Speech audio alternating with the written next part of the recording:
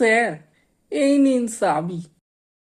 আচ্ছা, এই তুমি ছাড়া এই বাড়িতে আর কতজন কাজ করে? আগে আমি স্যার আপাতত কেয়ারটেকারের ভূমিকা পালন করছি। চম্পা বলে একটি মেয়ে আছে, সে আর তার ভাই গোপাল মিলে করিডোরের সাফাই করে। আর যারা এ বাড়িতে পিকনিক করতে আসে তাদের জন্য চম্পা রান্নাও করে দেয়। তবে স্যার সন্ধ্যের আগেই তারা সব কাজ শেষ করে বাড়ি চলে যায়। আর আমি এই বাড়ির পাশের এই ঘরটা দেখছেন, এখানেই বাস করি। আসলে জমিদার বাবুই আমাদের থাইকার জন্য ওই ঘরখানি বানিয়েছিলেন। আচ্ছা আচ্ছা, সে ঠিক আছে। রাত বিরেতে দরকার পড়লে তোমাকে ডাকার কোনো ব্যবস্থা আছে কি? হ্যাঁ স্যার, আছে বই কি। আপনাদের শোয়ার ঘরে একটি দড়ি ঝুলতে দেখবেন, সেটা ধরে টান দিলেই বাইরের ঘন্টা বেজে উঠবে। সেটা শুনলেই আমি চলে আসবো। হ্যাঁ, এ কি বলছো গো তুমি? শেষে ঘন্টা বাজিয়ে তোমায় রাখতে হবে? এই কোন যুগের লোক গো তুমি? হ্যাঁ, তোমার কাছে কোনো মোবাইল টোবাইল নেই যাতে ফোন করতে পারো?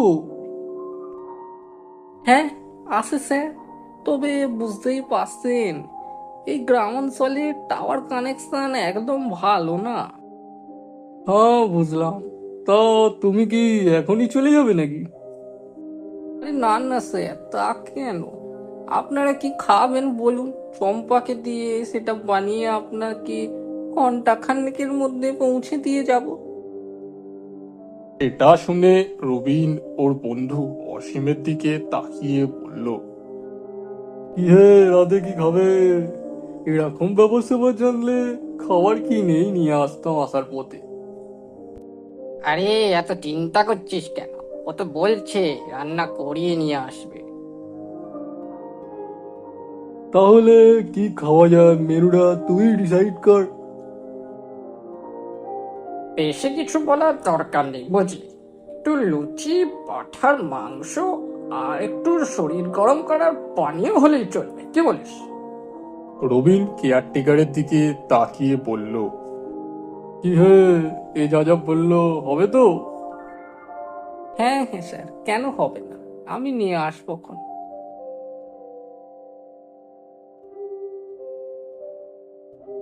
চল আসিস, বাড়িটা একবার ঘুরে দেখে আসি।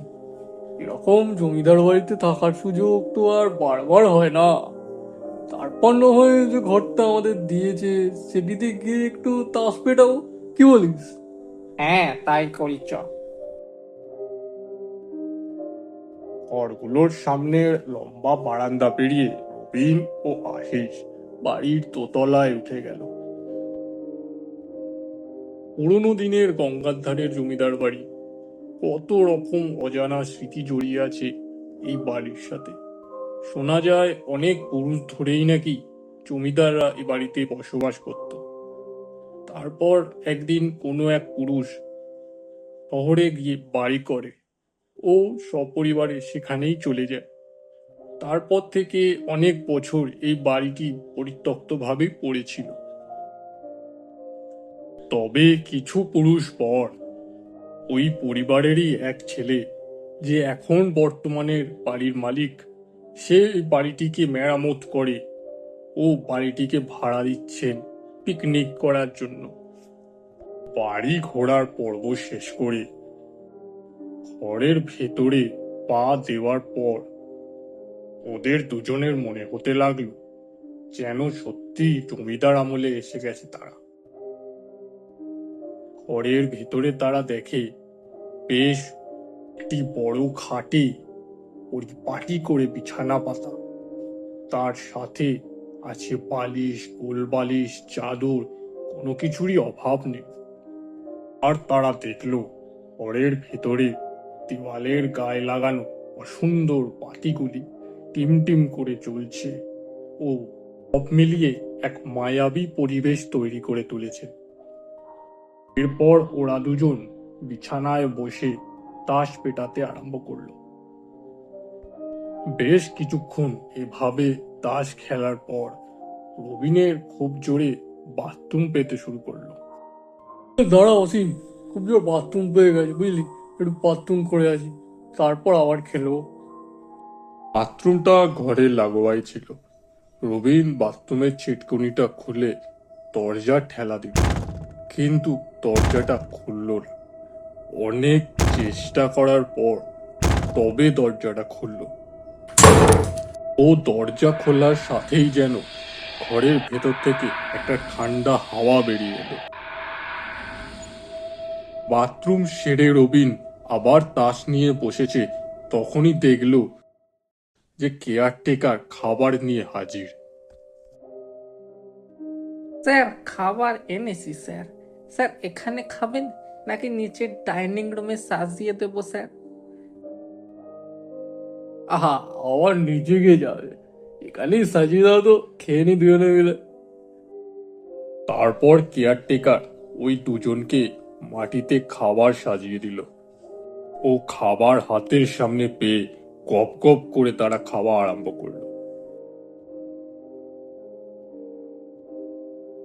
খাওয়া শেষ করে তারা বিছানায় বসে পড়ল। ও কেয়ারটেকার ওই দুই বন্ধুর হাতে একটি করে পানীয়র গ্লাস ধরিয়ে দিল। গ্লাস হাতে ধরিয়ে দেওয়ার পর আরো কিছু বলতে যাবে, তখনই কোনো কারণে কেয়ারটেকারটি হঠাৎ করে বাথরুমের দরজার দিকে চোখ গেল। দরজাটা খোলা দেখে তার মুখটি হঠাৎ যেন সাদা ফ্যাকাশে হয়ে উঠল। ও সে জিজ্ঞেস করলো, আচ্ছা বাবু, বাথরুমের দরজাটা কি খোলাই ছিল? আরে না না, ওই আমার একটুখানি জোরে বাথরুম পেয়েছিল কিনা তাই খুলেছিলাম। তোমরা ওই দরজাটায় তেল তেল দাও না নাকি? হ্যাঁ, খুলতে গিয়ে আমার তো দম বেরিয়ে গেল। হ্যাঁ হ্যাঁ স্যার, এবার থেকে দিয়ে রাখবো স্যার। এবার চলি, হ্যাঁ। তা রাতে তোমায় ডাকলে পাবো তো? কথাটি বলা শেষ হওয়ার আগেই দেখলো কেয়ারটেকারটি পালিয়েছে। বাবা, এর আবার কি হলো? এ তো রীতিমতো পালিয়ে গেল। ভূত তো দেখলো নাকি? তারপর তারা তাদের পানীয়ে ধীরে ধীরে চুমুক দিতে দিতে গল্প করতে লাগলো। এরকম ভাবে বেশ কিছুক্ষণ পর হালকা নেশা ধরে এলে আশিস হঠাৎ বলে উঠল, বললি রবি, আয়োজনখানা তুই খুব ভালোই করেছিস বুঝলি। এখানে আসার পর থেকেই মনে হচ্ছে যে আমি যেন সেই পুরোনো যুগের জমিদার হয়ে গেছি।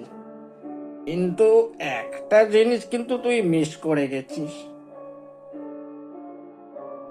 কোনটার কথা বলছি তো বলতো? আরে এত কিছু করলি যখন, একটু বাইজি নাচের আয়োজন করলে জমিদার হওয়ার অনুভূতিটা আরো বেড়ে যেত, কি বলিস? হুম, কথাটা কিন্তু বেড়ে বলেছিস, তবে কথাটা আগে বলতে পারছিস। এখন আর কি হবে বল?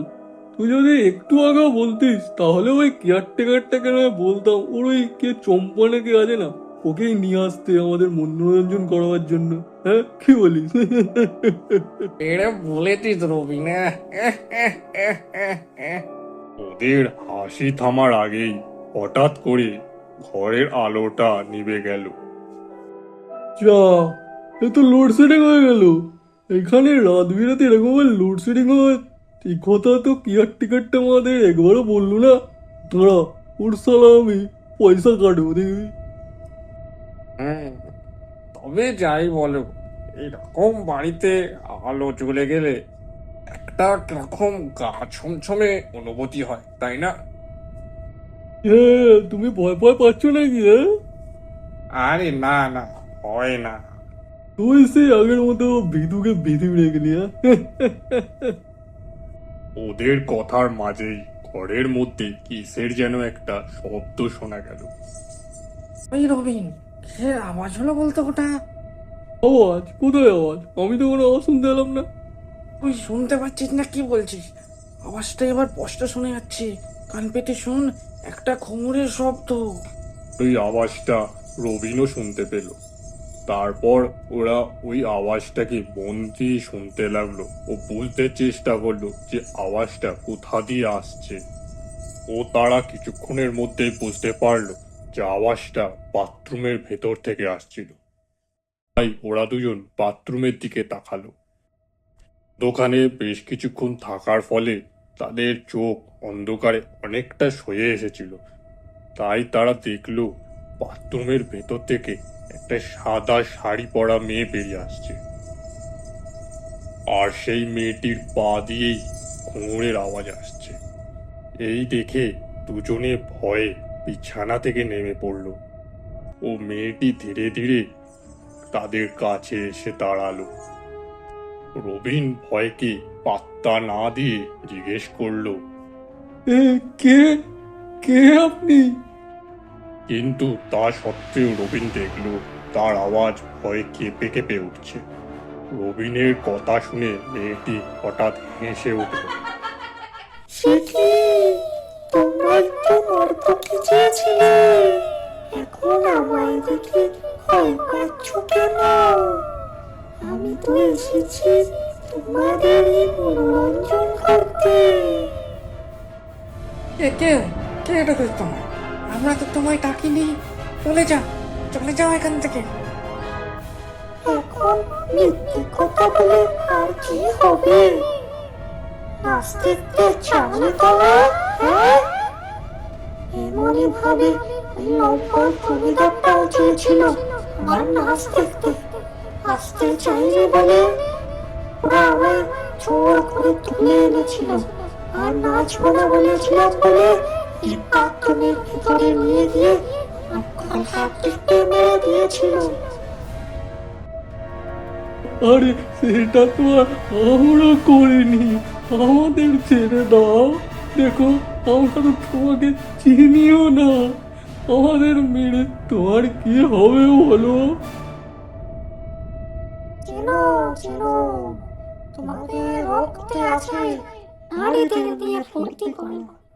তোমরা আমি লম্পট জমিদার সবে সেবারে ক্ষমতার অভাবে প্রতিশোধ নিতে পারিনি, দেবে ছাড়বো না। এই বলে সে তার দুটি হাত ওদের গলার দিকে বাড়িয়ে দিল ও ওদের দিকে এগিয়ে চলল। এত তাড়াতাড়ি এই ঘটনাটা ঘটলো যে তারা ওখান থেকে পালাবার সুযোগ পেল না ও সেই কোচটি ওদের গলা দুটো চেপে ধরল।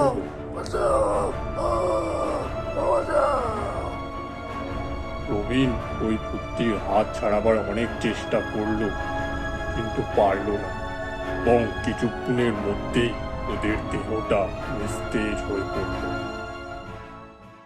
সকালবেলায় কেয়ারটেকার ঘরের দরজা খুলেই দেখে যে দুটো বন্ধুর মৃতদেহ বিছানার পাশে পড়ে আছে।